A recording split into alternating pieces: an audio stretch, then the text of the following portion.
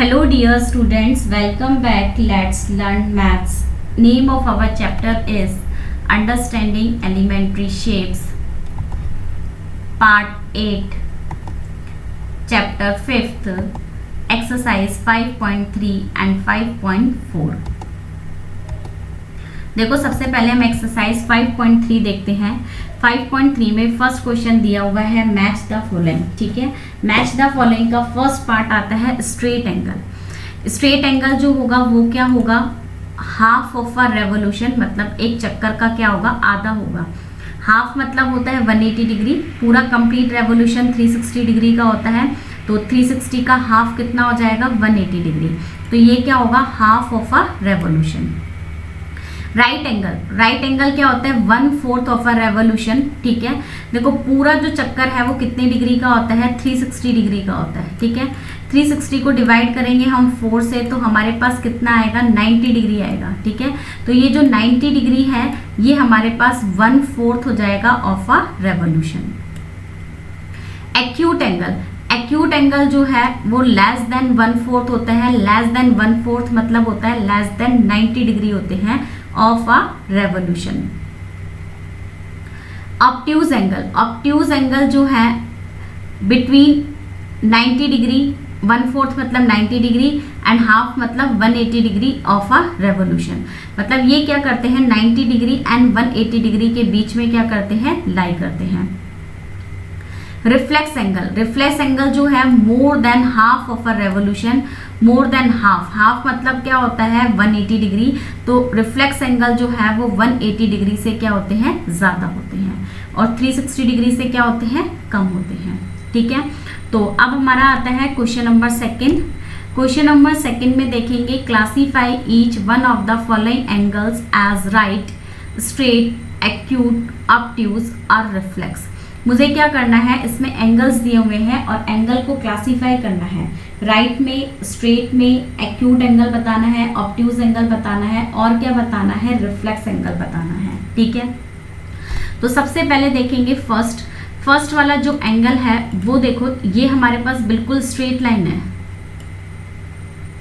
ठीक है, ये स्ट्रेट लाइन है, ये 90 होता है, तो 90 से कम है, 90 से कम है तो हमारे पास ये क्या हो जाएगा, एक्यूट एंगल हो जाएगा।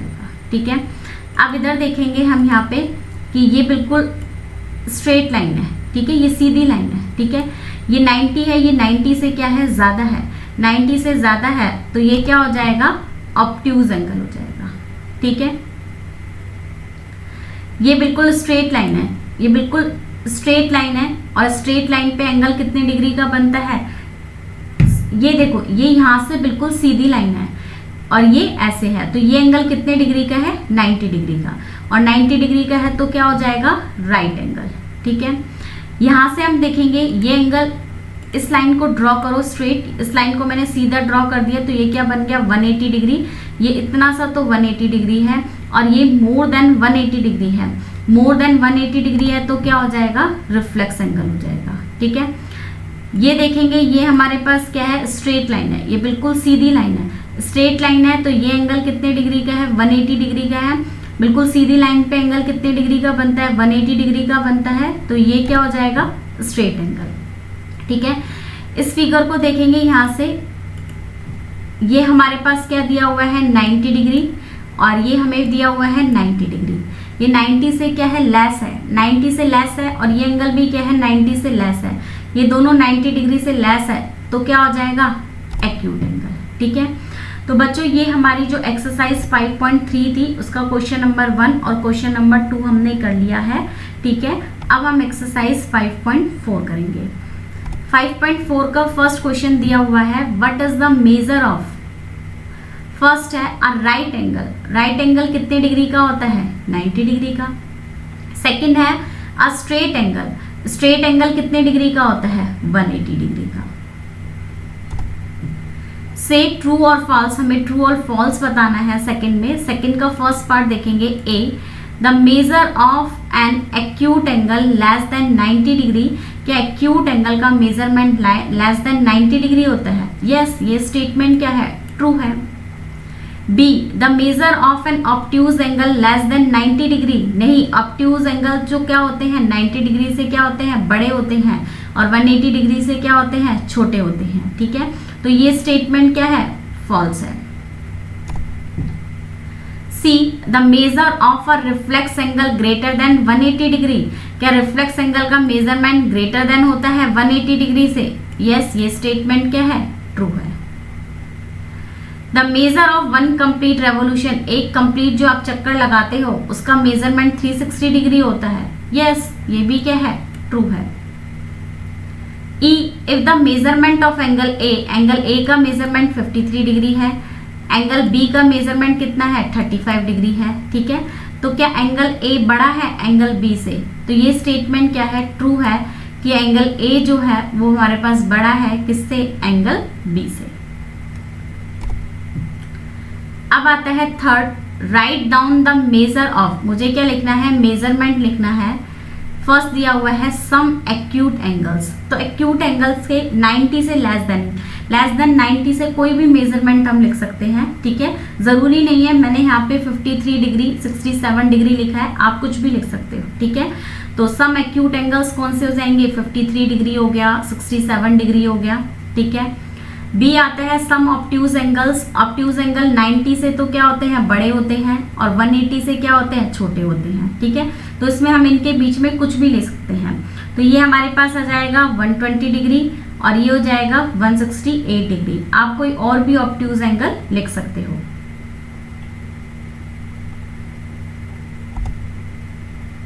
देखो नेक्स्ट हमारा जो कॉन्सेप्ट आता है वो है प्रोटेक्टर। ठीक है, कि हम ये जो प्रोटेक्टर है उसका यूज कैसे करते हैं।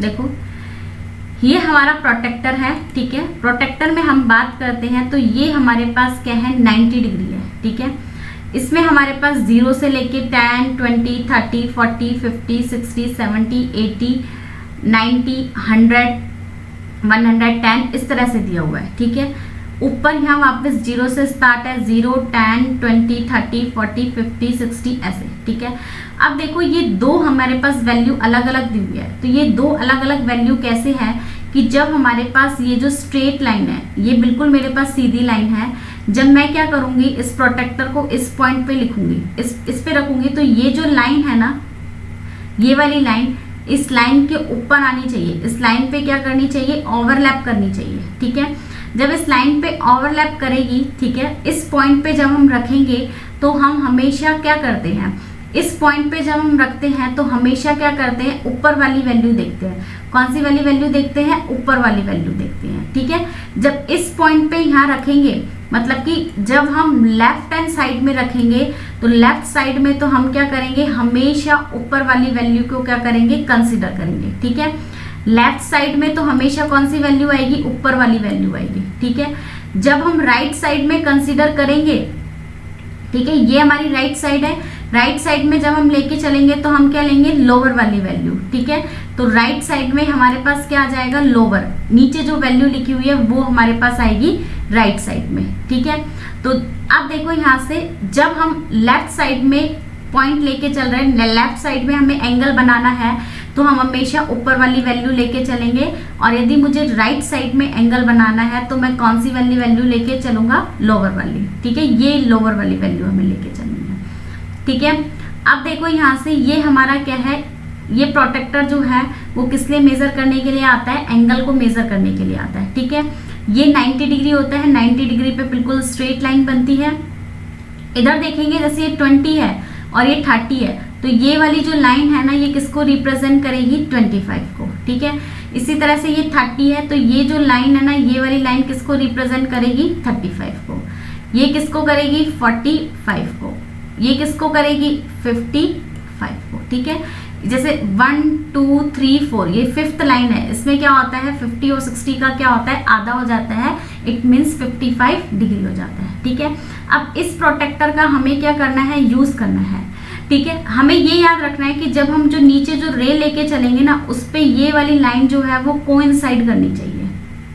ठीक है, तो इस प्रोटेक्टर का यूज किया जाएगा एंगल को मेजर करने के लिए। तो अब देखो हमारा जो क्वेश्चन है ना, फोर्थ क्वेश्चन, उसमें ये दिया हुआ है कि मेजर द एंगल्स, मुझे एंगल्स मेजर करने हैं given below using the protractor का यूज करना है, and write down the measurement, मुझे क्या लिखना है, मेजरमेंट लिखना है, ठीक है। तो फर्स्ट देखेंगे ए जो है ये तो हमें पता है कि ये लेस देन 90 डिग्री है, 90 से क्या है, छोटा है, ठीक है, क्योंकि ये हमारे पास स्ट्रेट लाइन 90 की होती है, तो ये 90 से छोटा है, 90 से छोटा है कितना है, 45 डिग्री का, ठीक है। बी वाला पार्ट ये फैला हुआ है, ये स्ट्रेट लाइन 90 की होती है, तो ये 90 से क्या है, बड़ा है, तो इसका मेजरमेंट कितना होगा, 120 डिग्री, ठीक है। ये सी बिल्कुल स्ट्रेट लाइन है, ये वाली सीधी लाइन है, तो इसका मेजरमेंट कितना होगा, 90 डिग्री। इधर देखेंगे इस डी पार्ट पे ये जो एंगल है ये क्या है, 90 से छोटा है, ठीक है। ये वाला जो एंगल है ये क्या है, 90 से छोटा है, ठीक है। 90 से छोटा है तो ये एंगल कितने डिग्री का हो जाएगा, 60 डिग्री का, ठीक है। इस एंगल की बात करते हैं, ये वाला एंगल हमारे पास, ठीक है, ये एंगल क्या है, ये 90 है तो 90 से बड़ा है, ये 90 से बड़ा है तो इसका मेजरमेंट कितना होगा, 130 डिग्री, ठीक है। ये बिल्कुल सीधी लाइन है तो इसका मेजरमेंट कितना हो जाएगा, 90 डिग्री, ठीक है, और इसका मेजरमेंट कितना हो जाएगा, 130 डिग्री, ठीक है। तो ये हमें मेजरमेंट जो है एंगल के निकालने हैं, और किसकी मदद से निकालने हैं, प्रोटेक्टर की मदद से निकालने हैं, ठीक है। जब हम प्रोटेक्टर रखेंगे ना तो इस लाइन के ऊपर उसको स्ट्रेट लाइन को रखेंगे और फिर हम मेजर करके देखेंगे। नेक्स्ट आता है question number 5, which angle has a large measure, मुझे बताना है किस एंगल का मेजरमेंट ज्यादा है, first estimate and then measure. पहले तो हमें अंदाजा लगाना है किसका ज्यादा है और फिर हमें उसका मेजरमेंट करना है, ठीक है। Measure of angle A, measure of angle B, और इसमें से बताना है कौन सा एंगल बड़ा है और कौन सा एंगल छोटा है। देखो ये एंगल ए है, ये एंगल क्या है, बी है, ठीक है। देखो हम एस्टिमेशन से कह सकते हैं कि हमारा जो एंगल बी है वो बड़ा होगा, क्योंकि ये जो गैप है ये ज्यादा दिया हुआ है और यहाँ पे गैप क्या दिया हुआ है, कम दिया हुआ है, ठीक है। अब हम देख लेते हैं ये जो एंगल ए है ये हमारे पास कितने डिग्री का है, 40 डिग्री का है। एंगल ए कितने डिग्री का है, 40 डिग्री का है, और एंगल जो बी है वो कितने डिग्री का है, 68 डिग्री का है, ठीक है।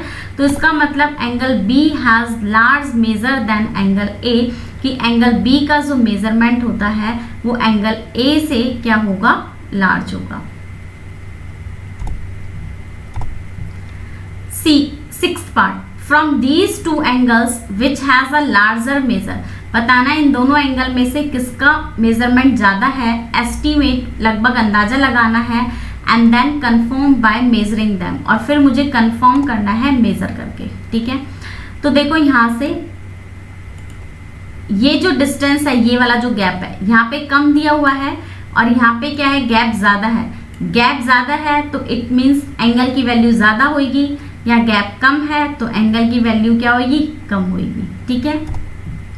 ये एंगल 45 डिग्री का है, ये एंगल कितने डिग्री का है, 55 डिग्री का है, ठीक है। तो यहाँ से ये एंगल का मेजरमेंट कम है, इस एंगल का मेजरमेंट क्या है, ज्यादा है, ठीक है। तो बच्चों अब जो हमारी जो नेक्स्ट क्लास होगी ना उसमें जो एक्सरसाइज जो 5.4 है उसको हम कंटिन्यू करेंगे।